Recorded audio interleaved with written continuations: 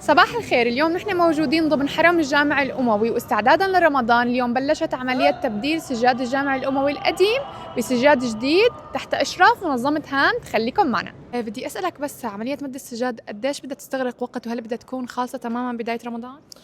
إن شاء الله وتعالى عملية السجاد بدأت امبارح. تم إزالة السجاد القديم والمتعفن في جزء كبير منه. ويتم حاليا تنظيف الأرضيات، وبدأ مد السجاد من الجهة اليمنى إلى الجهة اليسرى. الموضوع بده حوالي من 3 إلى 4 أو 5 أيام.